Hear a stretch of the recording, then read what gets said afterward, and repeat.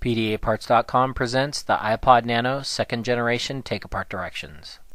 Warning: the following directions will void your warranty. You're performing this repair at your own risk. This video is copyright AX Microsolutions Inc. For all your parts and accessory needs, please be sure to visit us on the web at PDAparts.com. Use discount code at checkout YouTube for 5% off your first order for a limited time. Using a case opener tool available at PDAparts.com, remove the plastic shield on the top of the unit.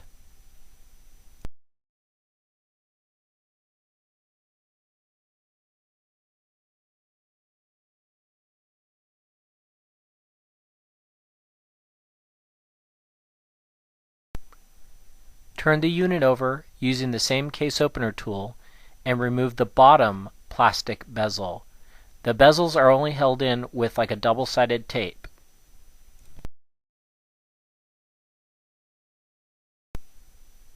Using a small phillips screwdriver, remove the 2 phillips screws on the bottom of the unit near the headphone assembly.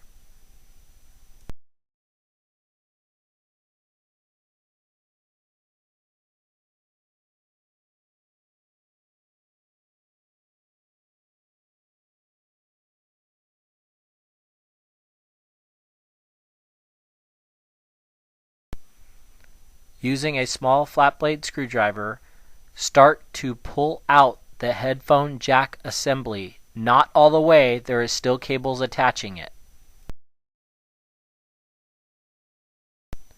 Behind the headphone jack assembly, which is still attached, there is a small Phillips screw that will need to be removed.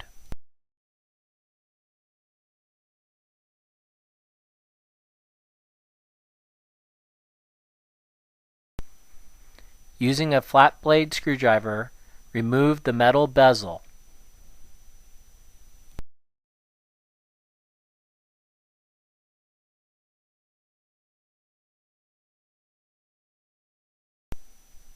Turning the unit back over to the top, there are 2 Phillips screws that need to be removed.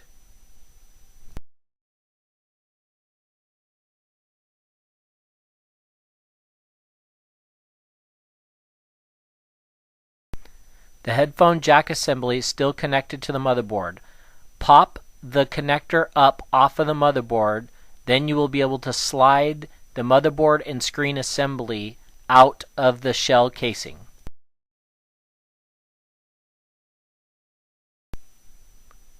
You will need to release the tape that is holding the LCD assembly to the motherboard.